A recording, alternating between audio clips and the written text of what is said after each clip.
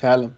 But okay, like I get it. But clearly, this guy felt a certain type of way about Leo Rush. I ain't gonna bash him for it anyway. Enough about that. But speaking of fuck him, Mark Henry. What? Mark Henry decides to also constructive criticism over AEW this week. You gotta say the word. You gotta spell that. it. I can't spell it. I just said it though. I got through it. Say that word 3 times. You spelled it like you said it. Constructive criticism. First, you're gonna spell Mississippi with Jake Hudson. Now this man, come on. Yo, come on. And then I forgot the button too. I didn't press the button, Jake. Shout out to Jake Hudson. Shout out to Jake Hudson. Check out the Jake Hudson show. We got a banger with my man Jake Hudson last night. Jake Hudson's on. He's on. Yes, sir. Yes, sir. What'd he do? All right, let me skim through this Mark Henry tweet right quick. We have to work on the social media aspect of what's going out and what's being portrayed. That way you want to be an example of what people see. AEW is more brash and has more of an adult feel, but you have to counterbalance that. You have to do stuff in the community and you have to do stuff in live events where you give back to the city and be an example instead of being a problem. Wrestling-wise, I want to see less. I want everybody to watch the matches before them because there's a repetition thing. Someone will do a tope, and the next match will have 2 topes. And then the third match will have 3 topes. And then stop trying to outdo what you saw before and find something else to do. Repetition is a pet peeve of mine, and I feel you're not watching the product if you go out and do something and someone else did the same thing. I love the Bucks doing super kicks. Why are there 3 matches on the card where someone does a super kick before them? If it was me, I'd be upset. Not a single lie. Not a single lie. Not he one. said he just spit bars. Like that shit was in the Bars Hall of Fame. That's exactly right. Was he the reason that Leo Rush did? Is that what he's saying? Wherever. What a So coincidence. that means if that's the situation, that means that at some point in the previous pay-per-view backstage, Mark Henry sat on him. Like something happened. Something happened. Either he sat on him, he took his food, he smacked his food out his hand. Some shit happened. Can't wait. Check out Shooting the Ish with Mark Henry and Leo Rush coming soon. I'm just if saying. Mark Henry sits on Leo Rush would have retired. Listen, I don't care how much weight Mark Henry loses. He's still the strongest man in the world. Yeah. Fuck. Man's gonna be 87. He's still gonna be able to deadlift 400 pounds. That's just facts. Look at Tony Atlas eating mondongo and shit at signings. Tony Atlas is the mondongo at this point. Yeah, he be eating feet. Shout out to mondongo. I'm starving. Oh man. Listen, I don't think it wouldn't be that much. Leo Rush is actually hurt, and he's making a great decision, man. He's thinking about family first, and old school. You could relate. I mean, we talked about our favorite legends and how they kind of dealt with parenting and shit. Even though the hard shit. Shout out to Yowie.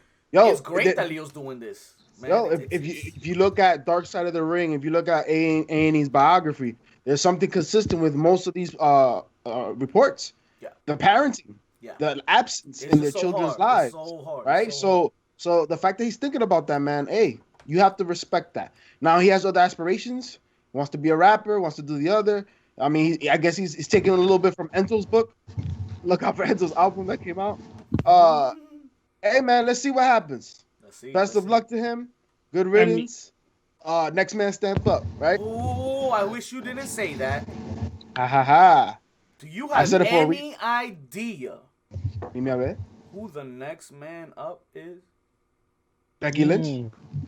Wow. That's where we're at again? He was the next big thing. But now he's just going to be a big thing in the summer, apparently. WWE is trying to bring back Brock Lesnar to face somebody at SummerSlam. Whoever. I don't give a fuck. Put him somewhere. Bobby Lashley. It has to be Bobby Lashley. That's the only interesting one. Rumors are saying they want him for Roman. Again? Yo, it's switched. It's switched now. Roman heel, Brock face. Also, sorry, I'm seeing Jordan Grace on the screen on Impact. I can only think about her post today. I'm talking shit like Brock Lesnar's gonna make it a feud and shit like. So nice things, bro. Shout out to all those beautiful camels. Wow. Yo, just real quick. Going back to Mark Henry real quick, like no nice things have happened. That seems like an unfortunate turn to go from Jordan Grace to Mark Henry. we're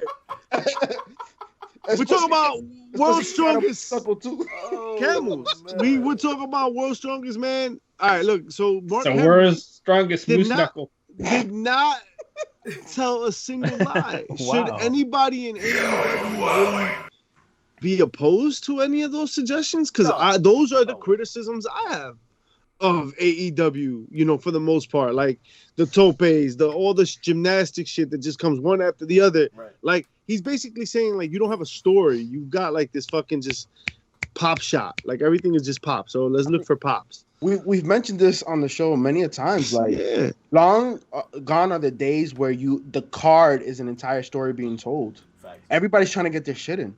Right? And that's what becomes repetitive and redundant and annoying.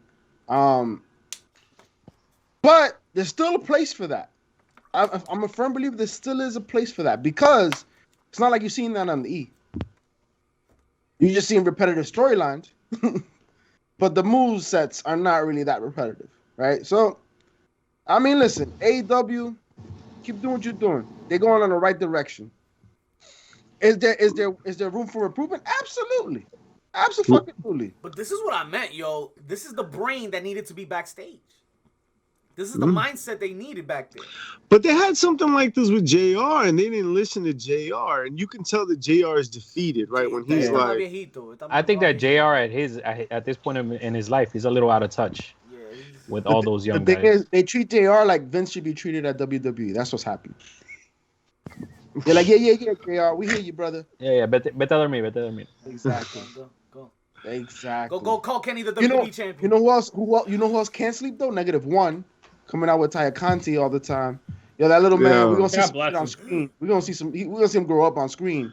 Keep hugging that girl. Shit. I'm with it. I got that. Yo, I think that's a lucky kid, is all I That's what I'm saying, though. That's what wet dreams are all about. You already call him looking at her ass. Like, I mean, shit. We all were too. I didn't catch him because I was busy looking at. I was too busy. Well, I technically saw it on social media. They called So what's funny is that I saw that picture, right, that snapshot, and then I didn't see his face. Oh, his face was like. I didn't.